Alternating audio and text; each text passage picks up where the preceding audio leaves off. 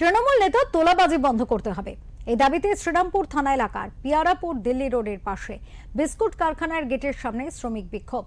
ঘটনাস্থলে উপস্থিত হন চাপদানির বিজেপি বিধায়ক দিলীপ সিং। উত্তেজনা থাকায় পিয়ারাপুর ফাঁড়ির পুলিশও উপস্থিত হয় পরিস্থিতি সামাল দিতে।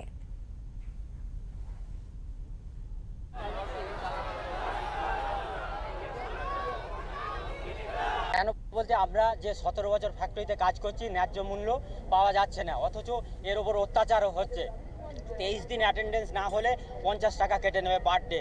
তাহলে আমরা সাধারণ মানুষ কি করে চলবে? এবং যার ডিউটি নাইট ডিউটি, তোমাকে এখনই মিছিলে যেতে হবে, নাহলে বসিয়ে দেবো। তৃণমূলের মিছিলে যেতে হবে, নাহলে বসিয়ে দেবো। এবং সানডেতে কাজে আসতে হবে, কোনো ফ্যাসিলিটি নেই, না এলে তোমাকে বসিয়ে দেবো। এই ধরনের নানান অত্যাচার। এখন সরকার পরিবর্তন হয়েছে, সেই জন্য আমরা একটা সুযোগ পেয়েছি, এছাড়া কোনো আমরা সুযোগ পাইনি বলার কাউকে। বলেও কিছু লাভ হয় না, বললে অন্তত আমি যদি বলতে যাই প্রতি আমাকে অত্যাচার কাল থেকে আসতে হবে না। এখন এই ব্যাপার আমাদের সমস্যা মাইনে নিয়ে। আমরা 12 ঘন্টা যে ডিউটি করি, আমরা তার জন্য কোনো পয়সা পাই না। ভয় দেখাতো বসিয়ে দেওয়া হবে, বাদ দেওয়া হবে, পুরো মানে কাজে নেওয়া হবে না। তৃণমূল লোকেরা হ্যাঁ কারখানায় আসতো, ভয় দেখাতো, বলতো কোনো ইউনিয়নবাজি চলবে না, কোনো কথা হবে না। ভয় দেখাতো, আমরা ভয়তে জড়সড় হয়েছিলাম, কিন্তু আর আমরা কাউকে ভয় পাই না। 12 ঘন্টা ডিউটি করতে আসি, কিন্তু 12 ঘন্টা ডিউটি করি তো, কিন্তু ঠিক মতন পয়সা দেয় না। পয়সার কথা বললেই ওরা ঝামেলা করে, বলবে বেশি কথা বললেই বসিয়ে দেবো।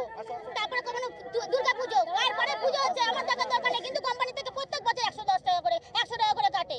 আবার দুর্গা, আবার ওদের পাড়ে শিব পূজা হবে, তার জন্য 50 টাকা করে। কেন কাটবে আমাদের থেকে? বড়বাবুর পাড়ার লোক প্রত্যেকবার কাটে, কেন আমরা দেবো? সুদর্শন প্রত্যেকবার আমাদের থেকে দল করে, হ্যাঁ তৃণমূলের দল করে।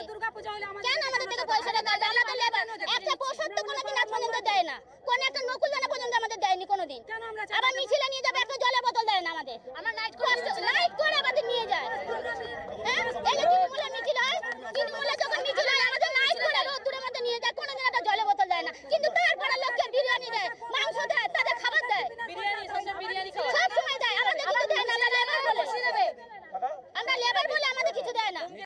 ওদের সমস্যা আছে, আমি বলছি গেট বন্ধ করে এইরকম প্রতিবাদ করবেন না। আমি কাল বা পরশু দিন আসবো। তোমাদের মাঝখানে কেউ কোনো দালালি যদি নেয়, কাউকে দালালি দেওয়া যাবে না। আমি লেবারদের প্রাপ্ত, ওয়ার্কারদের প্রাপ্ত, তারাই পাবে। আর কোনো কারখানা বন্ধ হয় সেটা আমি কোনো দিন চাইবো না, কারণ কি পশ্চিমবঙ্গে খুব অভাব আছে।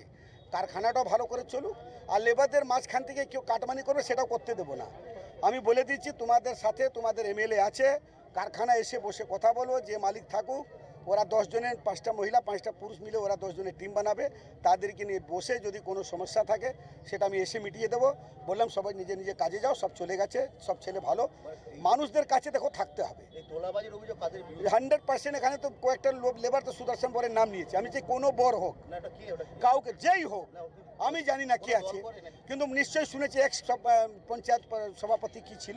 যাই হোক, আমার বলার হচ্ছে যে যত বড় হনু হোক, আমরা কিন্তু মাঝখানে যদি কাটমানি কেউ করে তাকে আমরা ছাড়বো না।